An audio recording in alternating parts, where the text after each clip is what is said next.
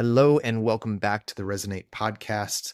This week, I had the pleasure of speaking with Marisa Van Skyver, someone that I've known for a really long time and someone who is very heavily invested in the world of accessibility.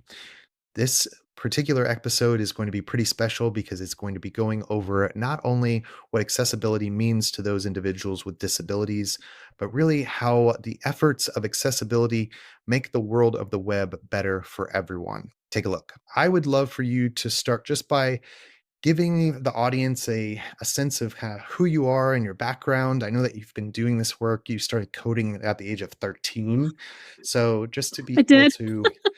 to get a little bit more into that sense of like where does this world kind of intersect for you and how has it become something that you've been really focused on now in your professional career?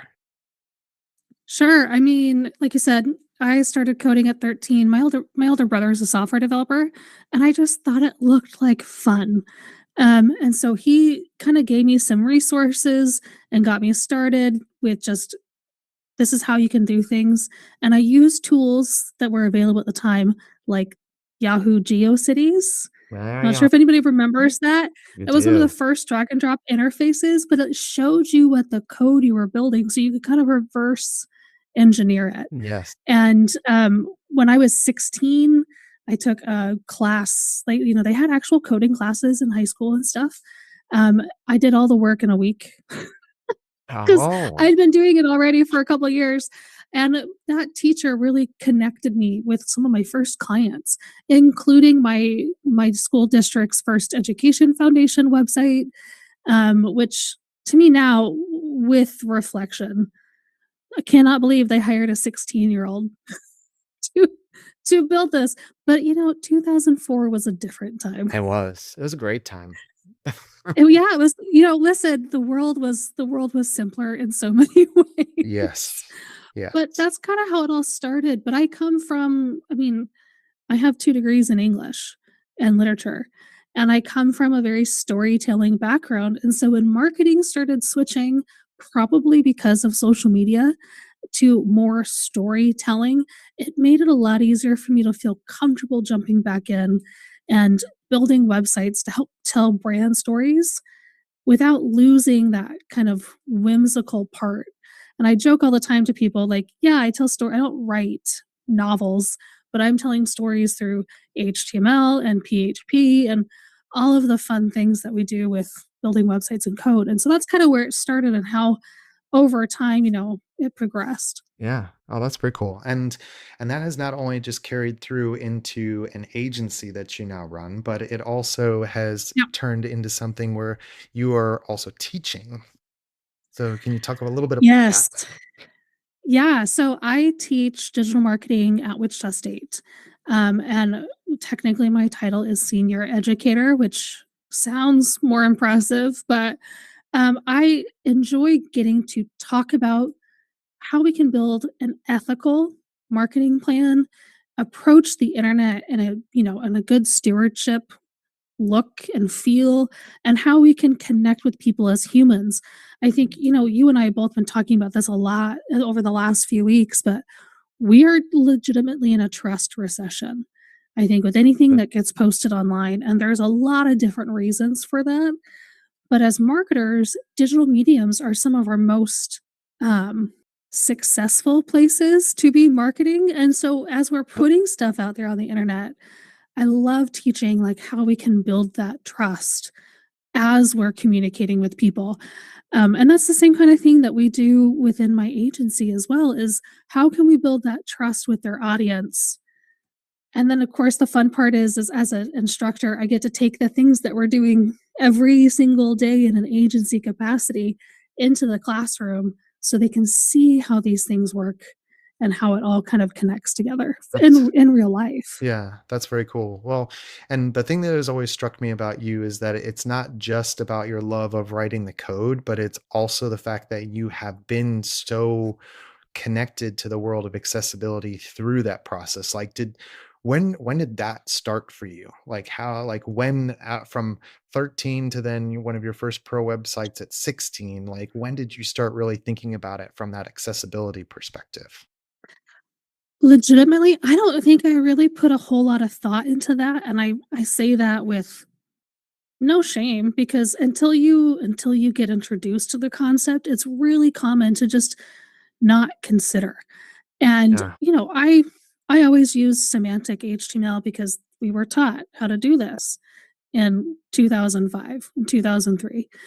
There's a lot of things that I was doing correctly, but I got a job as a digital media engineer is what they called it, for the Scottish government publisher when I was living in the UK, and we that team won awards for their web accessibility.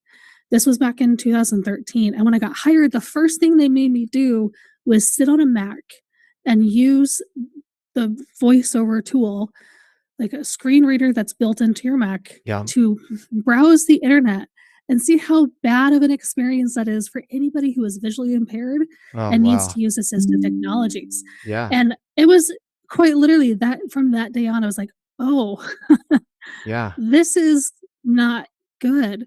And I was pleasantly surprised that some of the work I had been doing was already following these best practices. Because if you learned HTML correctly, you probably were doing it right. Yeah. But there's a lot of that I think especially over the last, say, 15 years as premium WordPress themes or, page builders and all these things, they took a lot of shortcuts. Mm. And so where I think the internet may have been in the early 2000s, we drifted pretty far from it to get these more advanced looks and advanced tools.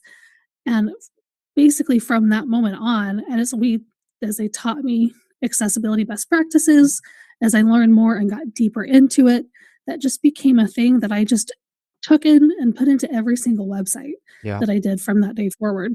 Wow. Yeah. That's cool, and one of the things that you touched upon there, which I thought was interesting, is that, like, if you're doing things correctly when it comes to coding, then a lot of this stuff kinda handles itself. But when you're using other types of tools that are helping to write that code for you, that also starts to muddy the water as to how much of that Right. accessibility factor still comes in. So, Yeah, and I get why I judge, but I get why some of the page builders and stuff, like, why they go the route they did because it's faster to just make everything a div. But if you yeah. know semantic HTML, you understand that there are tags like section, like main, like header that actually communicate something back to the browser. Nerd. And for speed necessity, we kind of lost, I think, a lot of that. Yeah. Or honestly, there could just be people didn't understand, they didn't know it worked, didn't know it mattered. Yeah. And Yeah. so they made choices to move a certain direction, and then we've kinda lost the art of what it was supposed to be. Yeah. Yeah. Now that's really interesting. It's one of those things for me that, like we were talking earlier before we got started about, this is in many cases for the people that would be listening to this or just people in general that run websites, is that it's so much of a blind spot. They don't even realize that this is something No that pun they should intended. be paying attention. Yeah, I mean, yeah, Right. I mean, Yeah. it's, and like what was really interesting about what you said about when you were overseas, that you spent that time using a screen reader to really get yourself into the position of the individuals that you were about to serve. And so what was that process like when you sat in front of it? Obviously the first time you did it, and then like how did that evolve? Like, from the first day that you did that to the last day that you might have done it before saying, "Okay, I get it. Now let's go to work."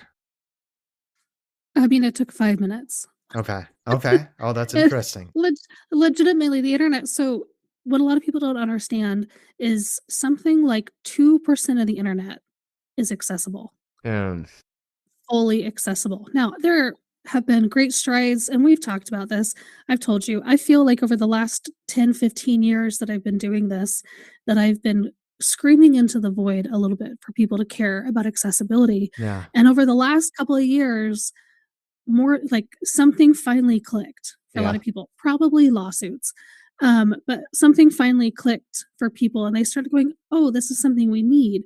So while that number hasn't really improved, it's been 2 to 3% of the internet for a long time. Yeah.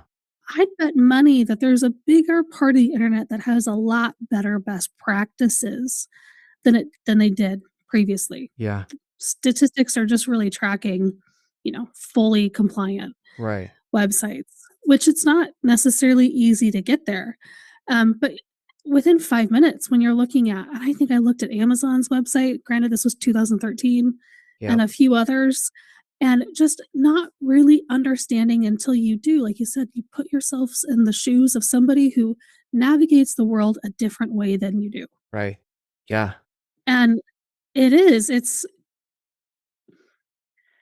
it changes your perspective and helps you understand. And I mean, in 2013, when we were going through accessibility training, or I was going through accessibility training, a lot of our concerns were based on individuals who were blind or had visual impairments for a lot of obvious reasons.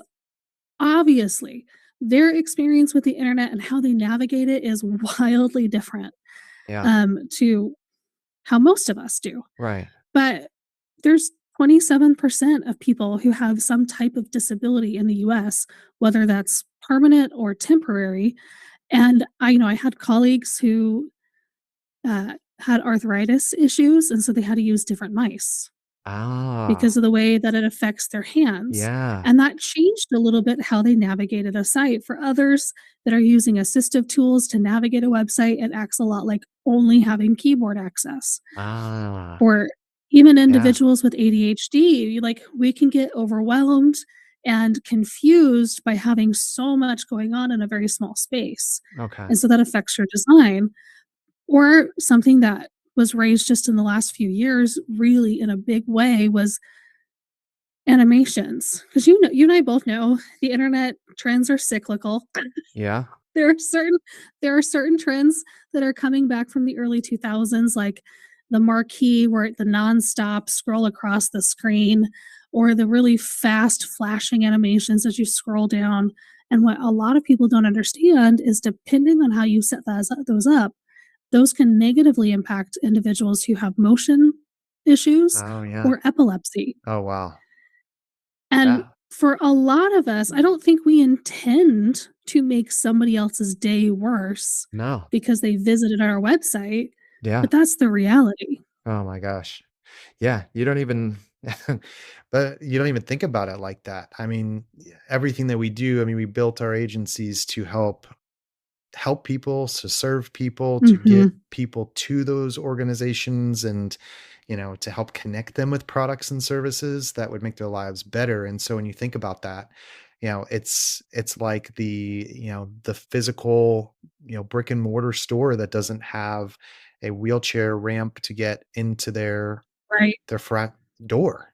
Or yeah, you were right. mentioning like 27% of the individuals that are using the web right now have some sort of impairment or disability.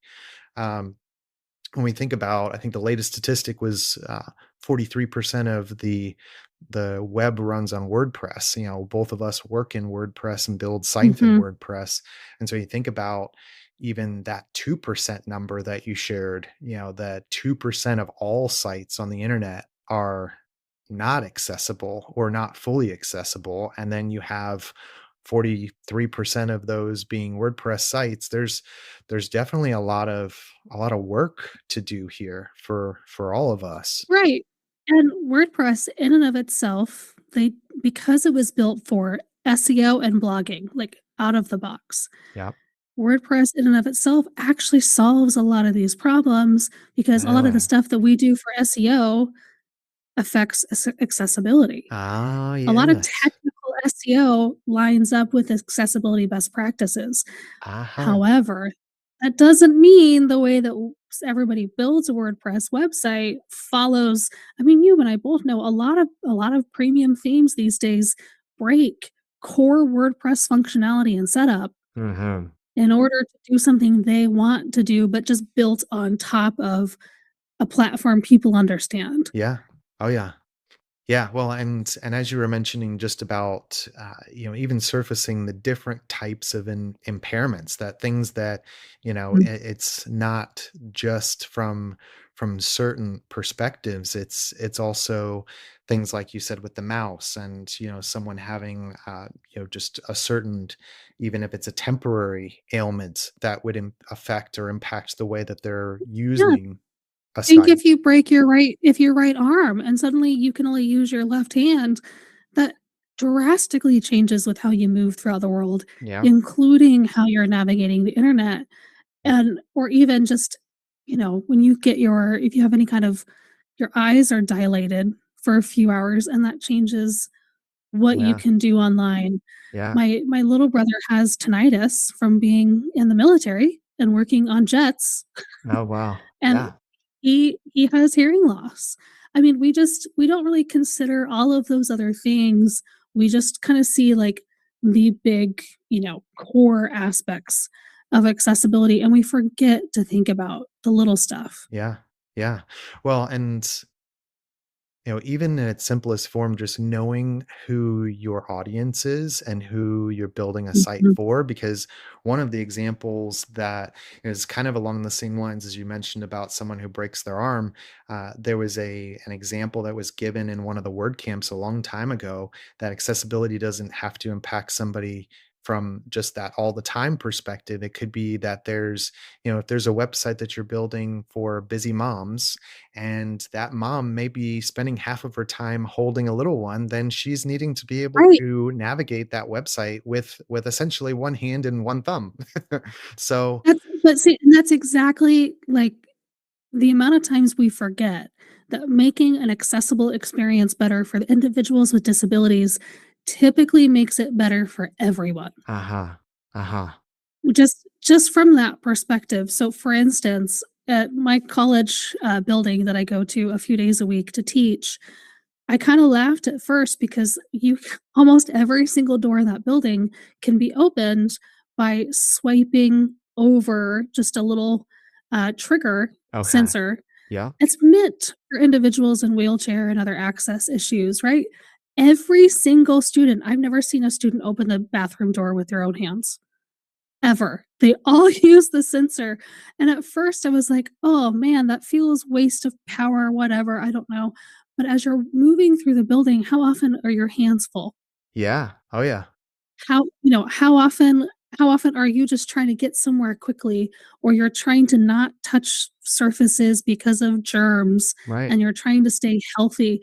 All these things where this is built for specific people, Yeah. it helps every single individual, Yeah. and websites are the same because just for an instance, if we put captions on videos, like we're gonna have captions on this video, Yeah. that helps the individuals who are deaf or hard of hearing, but it also really helps people who just are in a room where they don't wanna turn the sound on. Yeah. Oh, yeah. Yeah. And it can help, those of I don't know if this is a millennial and a Gen Z thing or if this is an ADHD thing that we joke about, but a lot of people really enjoy watching videos with captions on these days. Mhm. Mhm. Yeah.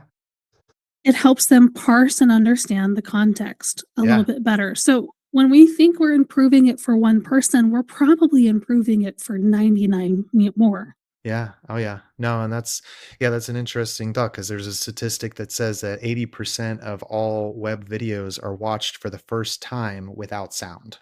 So Mhm. having those types of captions, and especially if you're in a public space where you don't want to be turning on Yeah. your sound, that gives people the ability to also interact with that content where they wouldn't be able to otherwise. So, Right, because not everybody remembers to bring their headphones everywhere. yeah. Hopefully they bring them on their flights because I know certain certain airlines are Uh-huh. kicking people off Oh, for really? watching stuff without headphones, yeah. Oh. But that's the thing, as we move through the world, we often don't really understand the things that we are also getting advantages from, Yeah. that were really, originally meant to help somebody else's life. Yeah. Oh, I love that. I love that. And you mentioned a little bit of this earlier, but like there is a connection between accessibility and trust. Like, what does Mhm. that mean to you? Well, I think at the end of the day, it tells me that 2 things. If a company really cares about accessibility, it tells me that they care about all of their customers. Mhm, Because mhm. even if you have an ideal buyer persona, like I teach, undergrads, where you have one person that you're trying to reach, that one person, there may be 50 people that match that one person, and 2 of them may have a disability. Yeah, So the psychographics and all the other things might line up, but one of them may be blind, one of them may have dyslexia. uh-huh. Yeah, And so we have to consider, how do we communicate with everybody and how do we give them not only that, the ability to work with us? yeah, Because, think about purchasing a concert tickets. If that's not an accessible experience, either I have to have a friend try to do it for me or I miss out on seeing the concert that I want to go to. oh, yeah. Oh, And that's that's legitimately, like, something that people don't consider is you are actively excluding people from yeah, working with you yeah, when we're not inclusive. And so that also kind of erodes trust, because why don't you want me to be your customer?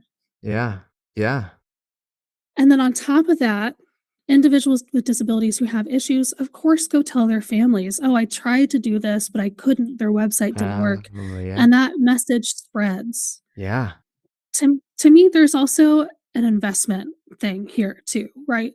If I'm going to spend my time and money into making the experience better for everyone, no yep, matter what their personal abilities are, I believe that business is going to be the better solution for me, right? see? That builds trust. Even if it doesn't affect me personally, I'm going to trust them a little bit more Right, because they are there for all of their customers yeah, and they're willing to put in the time and money to get to the right solution. yeah. No, that's I mean, if you were to tell a business owner that you're missing out on 27% of traffic, sales, interactions, connections, Mhm.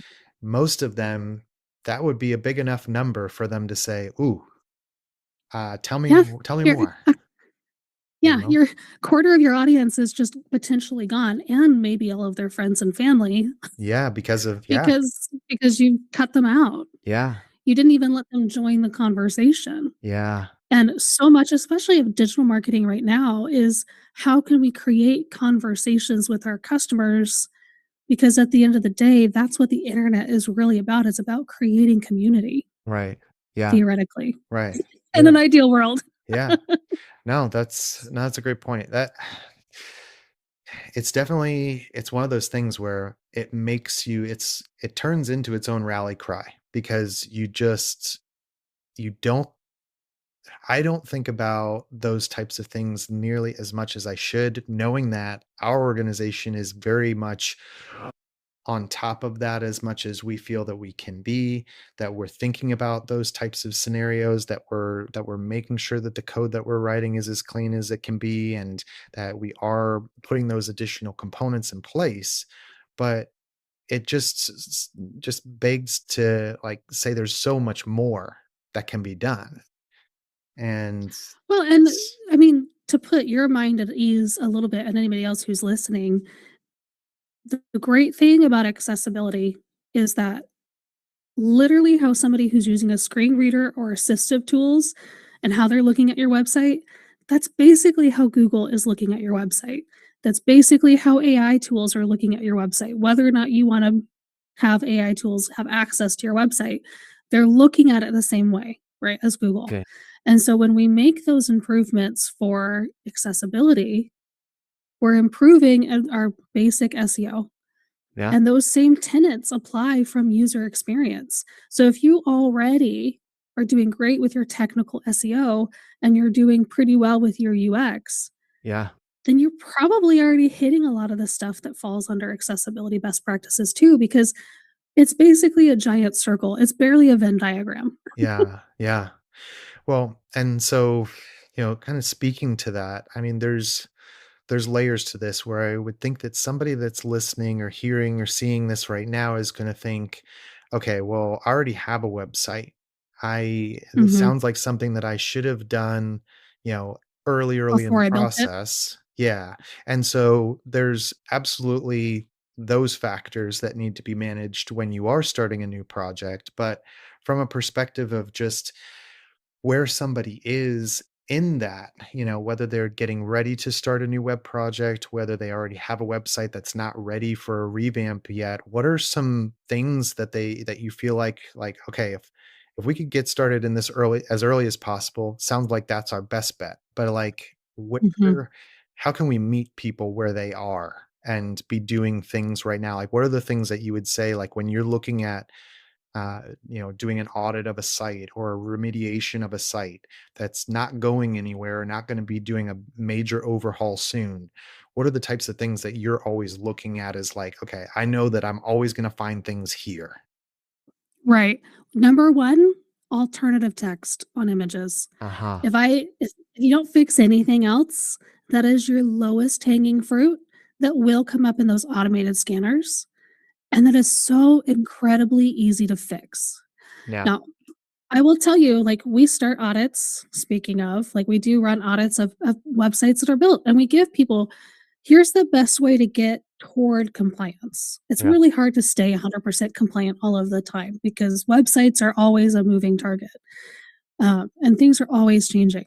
But we use automated scanners because it's just fast and easy for us to find these problems. Right. But those automated scanners are great at finding the stuff that's going to get you maybe in legal trouble because that's usually how they're doing their own testing, right? Is through those Right. automated scanners.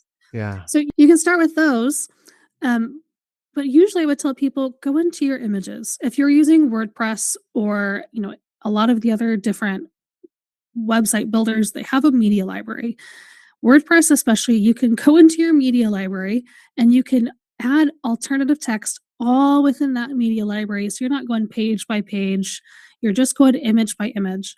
And we want to make sure it's descriptive of what's actually in the image. Mhm. Mhm. 10, 15 years ago, we used images to kind of keyword stuff Mhm. for SEO purposes. Yeah. That was never the intent of the alternative text. Yeah. Google Images, if you're gonna show up in Google image search, they used, I think there's some additional factors now, but they used the alternative text and the file name to Yeah. know what was in the image. Yeah.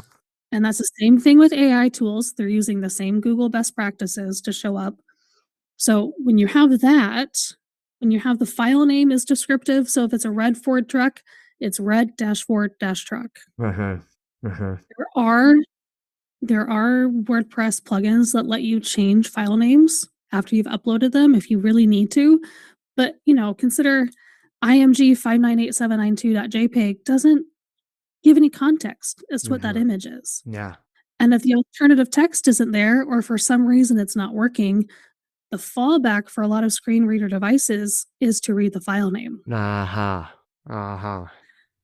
So you can fix both problems by making sure those file names are clear, and then you have a very descriptive, whether that's red Ford truck sitting on a driveway.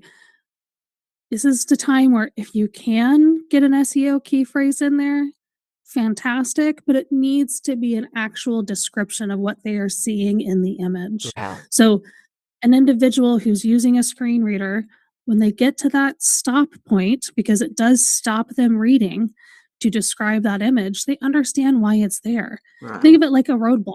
You need to tell people why you threw up a roadblock in your content. Yeah. Yeah. So you want to give the context for that.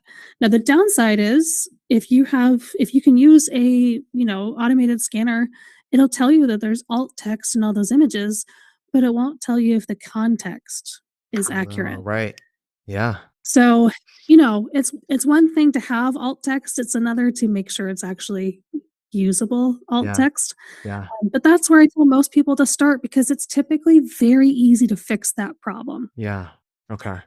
And and then the other part of this too is your content. So, what kind of headings you use is really important, and this is incredibly important to SEO and user experience too, that every page has one headline, one H1, and then you have H2s that introduce a subsection. And within that section, you can have, sub thoughts, just like a college term paper with a heading 3, heading 4, all the way down to heading 6.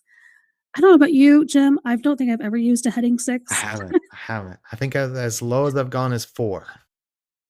That's what I was thinking too. I think maybe one time I got down to a 5, but, you have the option to bring it down to that, right? But that context tells a screen reader, it tells Google, it tells who's reading it what that means. So Right. what kind of, hierarchy that has. Yeah. It helps tell your content, and when those the heading 1 is the top level, and the heading 2 is a little bit smaller, and the heading 3 is a little bit smaller, and all of that is consistent down the page, that Yes. helps communicate visually too what kind of information hierarchy there is. Uh-huh. That can be especially helpful to individuals with dyslexia because they can jump down to the part of the page that they need Mm. and they're able to really fully understand the context without necessarily needing to read everything. Right. Yeah. And so fixing those headlines or those headings on your pages can be another quick win.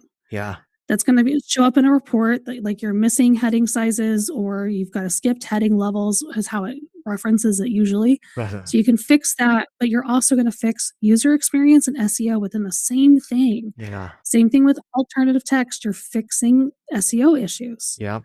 And so you're getting a whole bunch of different benefit out of a little bit of work. Yeah. Oh, yeah. No, and even to tie in what you were saying before about by doing these things, you're making the experience better for everybody. I mean, the other side to alternative text is that if something happens to where an image doesn't load in the page, Correct. conceivably the alt text is supposed to be there to tell you what the image was. Yeah, yeah, the So, browser will show up and a lot of people may not know that's what's happening, but when you get that little broken image and you get some verbiage, that's the alt text. yes. So it gives you context of what's missing. And a lot of times that happens too when just maybe there's a problem with your own internet and the pages aren't loading. So that solves it for people who are maybe out in the middle of nowhere who don't have the best connection. They can still get that context. Right. Yeah. No, that's a great point. That's yeah, I mean, so much stuff that's just really low-lying fruit that people don't even realize Right. they can do right away, and it's something that doesn't really require a huge amount of knowledge technically, it's more just being able to have the time to put into those things. Right. Yeah, it's a time thing. I mean, meta titles and descriptions, what we have been doing from the beginning of time, the beginning of Google search, probably longer, um, having good meta titles and descriptions on your page, that gets read back to somebody who's using a screen reader. Right. Mhm. But it also can show up that's what shows up in the tab title, the meta title does. Yeah. So as I have my 50 tabs open, I can go back to your page because the title is matches what's there. Uh-huh. Yeah. And it's so much easier to find you when I've, lost it. Yeah. Oh, yeah. Well, yeah, I'm one of those people that has a million tabs open, so, like, my Always. tabs get to the point where they're too small to where you can't Yeah, the actually favicon is read basically it. all you Yes. see. Yes, Yeah. guilty. I don't wanna admit that on this call, but yes, I'm going to You can cut that from the recording, it's okay. It's that's but being able to roll over and be able to see what's there. If there's something there that's meaningful, then it helps you to get back to that content. So, uh, Right. Right, or having simple stuff like making sure external links open in a new tab yep. instead of in the same tab, that helps everybody, but it's Mhm. technically an accessibility thing. Mhm. Having your Mhm. menus open on click instead of hover, Yeah. technically, that just helps everybody because I don't know about you, the amount of menus that are hover only, if you hover just at the wrong space, the whole thing closes, Mhm. and Yeah. then you have to start all over again. Right. There's a lot of this. A Yeah. lot of the really simple fixes can be done on a normal website Yeah. without a whole lot of change. Now, then you get into the coding aspects. I had an audit just a few weeks ago where there was no semantic HTML used. Well, obviously, they had to go back and fix quite a bit. No, they were lucky that this was a custom coded site, so it was a custom WordPress theme, so the agency who built it was able to fix it. Yeah. But if you're using, tools like Elementor and other block editors, check to make sure that they allow you to change what HTML tag that you're using when you're putting in a new section Okay. or you're putting in a Yeah. new row or column. Great point. because it allows you to select those semantic HTML elements. That may just be just amount of time too to Right. switch that up. Right. It still won't be perfect because a builder built it instead of, a human coding it clean, Yeah. but, Yeah. because these page builders are meant for anybody to be able to use. They're not necessarily meant for your business specifically, Right. but you Yeah. can still get there with a lot of these. They come ready with a lot of this now. That was not the case 2 or even just 2 years ago. Yeah. You really want it to be accessible, you maybe had to move out of some of those page builders. Yeah. So a lot of that is catching up too. Yeah. No, that's a good point, and that also gives people a little bit of hope that they don't have to completely shift what ecosystem they're in right now. Uh, Mhm.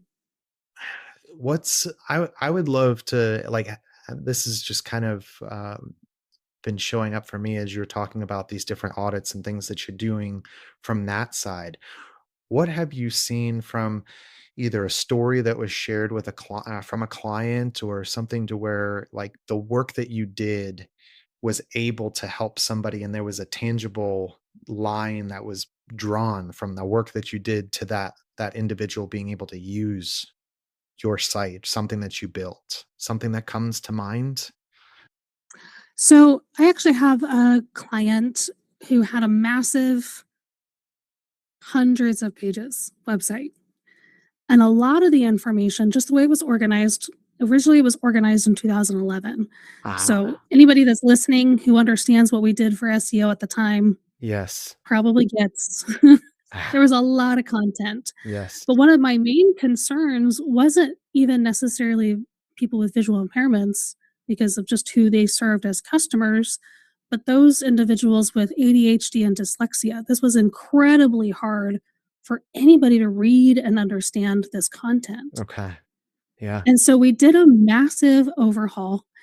Just to put it into perspective, previous to these changes, to this organizational changes and just a lot of copy changes, um, new staff members would have to be trained on the website so they could send people to the correct places on the website Oh boy. because it was so difficult to use that not even people who worked there could understand Oh boy. the website. Yeah. That's how bad it had gotten. And a lot of that involved cutting out a lot of pages. A lot of that involved combining some information because we had a lot of duplicate content. Right. So a lot of that involved a huge structural changes. It also involved a lot of rework of content, which we're actually kind of going through that more now because a lot of the copy was very unreadable. So you can use different tools like I like Hemingway Mm. to go Yeah. see what the readability level is. Yeah. The US average reading level is around 6th grade. Yeah. Yeah. So that means, you can't it used to be we'd say aim for 8th grade reading levels. Yeah. Now we're dropping that down. Okay. But that helps individuals who have dyslexia because if the reading level is more simplified, they're able to get through it themselves without a lot of stress. Yeah. Yeah. And you and I both know if we have to work too hard to read a website, we're probably gone. Like Yeah. Yeah. Yeah. nobody wants to stick around that much. No. So after we got through a lot of these changes and a lot of this restructure to make it more accessible and clean and easy to understand, we had internal staff reaching out to say, OMG, this is so much better. Yeah. And they were getting fewer time wasting questions Wow. about Yes. how to find this, that, or the next thing. And they were getting better quality leads. And so they weren't wasting time and they were giving them more time to actually talk to people about what they Ah, needed to talk to people about. yeah. Oftentimes, we're not going to know who our work affects and Yeah. how it makes somebody's life better. Yeah. But that doesn't mean we don't do the work. Right. Yeah. No, that's a great one. That's yeah, I mean, back in the day, that was what it was. It was just writing for the search engines. And so it was Right. about putting a lot of content out, and the way that content was set up was not for the human nearly as much. And, you know No. And And quite honestly, a lot of what we used to do, people expected there to be an entire novel on your website. Yeah, They wanted all of the answers. yeah, And now we've kind of discovered as, people have changed. We've been using the internet for a very long time at this point, in the scheme of digital marketing, 30, 35 years. A lot of people have been online. We don't necessarily need all of that. We right. can build trust a lot more rapidly because we are used to making buying decisions online. Yeah. Back in 2012, I was literally ghostwriting articles for companies about, will we ever trust enough to purchase on our phones? Aha. And now that's like, Yeah, that's just that what you seems do. ridiculous that we ever thought that people would never buy stuff. Now, granted, I like true millennials. Big purchases I still make on my laptop because that's for big purchase things. But like Gen Z will book flights on phones. Yeah. Oh, yeah. They don't like the more we get used to the internet, the less that we have to do so that the better, the more accessible we can make everything. Yeah, And then if we can make stuff skimmable so that somebody who has cognitive impairments or dyslexia or even just ADHD, yeah, if they can skim through it and get what they need much more rapidly, yeah, that just makes it easier for everybody to get right. what they need much Yeah, more rapidly, and they can get faster to that buying decision versus feeling like they're researching a whole doctoral dissertation right. before they decide whether or not to buy from you. Yeah.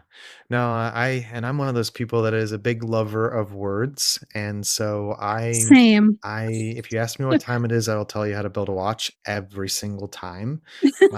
But you were mentioning about the reading levels, and that's something too that you know, people like Alex Hormozy talk about this all the time, and that he targets a third grade reading level, not because he thinks that people need it per se, but it's also about making sure that you can distill something down to its simplest of form to whether it's Mhm. something that someone needs to skim, something that someone would struggle to other understand otherwise. And also, like, if you can distill it down to that simplest of levels, then it also shows that you really understand that thing. So, like before, when you were talking about Right. like we have to throw all of the content at it, now it's like, how can we distill that content and that thinking down in a way where it still is as accessible to as many people as possible? Right. Right. I mean, I think that's what's so interesting and unique about the internet too is we have moved past in a much faster time frame to a place where we could take what used to be 2 paragraphs, can we say it in 2 sentences? Yeah. Yeah. And I'm not a huge fan of Hemingway as an author because his writing style is very brusque, shall we say? Yeah. But he gets his message across. Right. It's one reason why he's one of the greats. He Yeah. gets his message across in as few words as possible. Ever. And that's quite literally what the internet is. Now, some of that is we have a ton of journalists who are now web copywriters. But And hey. so they brought in journalistic best practices into the web too, but it helps everyone because the news originally was written to be accessible to as many people as possible to get that message across. Yeah. And so and I mean, think about it. If you take 7 sentences to explain what it is, what you do, no one's repeating that accurately. No. True. So when you can Yeah. get it across in a few words or one sentence, Yeah. you're allowing people to go on and be an ambassador for you and talk about you the correct way too. Yeah. Yeah. No, yeah, that's a great point. And it's us being able to recognize that that is where we are and making sure that we're doing that in a way that's most serving to the people that we want to attract and get in front of, because otherwise we're potentially repelling people. It's that whole thing in Mhm. sales of like a confused mind never buys. So if you're being Right. confusing, then and you're not trying to be, but it's just the way that things go sometimes that they just if you've got too many Well, things. and it's always difficult to see our own stuff Yes. more clearly, Yes. right? Because we are so close to that conversation. Yes. And it's It's the same thing with anything in accessibility. It is so difficult when we are close to it from our own perspective. It can be hard to see it from somebody else's. Right. Yeah. No, that's also true. Um, well, this has been really cool. I'm very, very thankful that we got a chance to connect. There's one additional thing that's on my mind, and it's from the beginning of our conversation where you mentioned that 2% of all of the websites being accessible. Mhm. We've been on many calls together, and gone through a lot of these things, but there's one part of that, I know you've mentioned in the past is just like your vision for the future of accessibility and something that you're really focused on as an organization, as a whole, when you're Right. talking about it in the classroom, but also when you're leading your team and your agency. So if you could just share some of like what your hopes for the future are for accessibility. Yeah, I mean, at the end of the day, if I could make everybody a better coder, that'd be great. But I mean, in reality, if people would just think about it, Yeah, that's 3 years ago, I couldn't get anybody to care. That's at least that's how it felt, right? You only had the people who were up here doing the work already that seemed to understand and care. yeah, Now that people are starting to care, I think let's take what we care about and put it into action. Yes. And even if we're just doing the really simple basics yeah, that allow people to, to be more accessible than your competitors and just making that part of your process, whether we're checking color contrast or we're running our content through, a readability tool or, we're using our headings correctly and we're adding alt tags. If you're doing the bare minimum with accessibility and not everything within the WCAG standards, you're still probably better than everybody else, and you're still making it a better experience.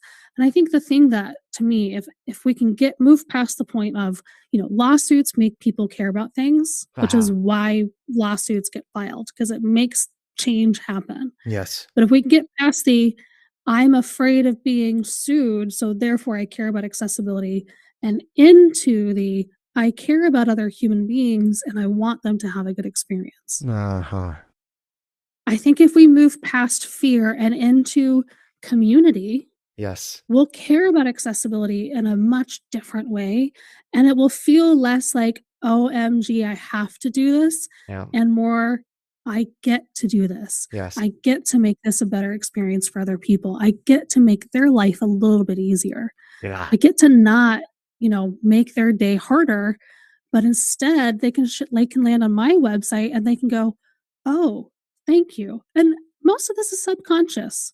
right, We don't really think like when a website is easier for us to use, we don't really think about how easy it is to use. right, yeah, But when it's difficult to use, we definitely think about that, right? yeah, So we can move into that community mindset about caring for other people.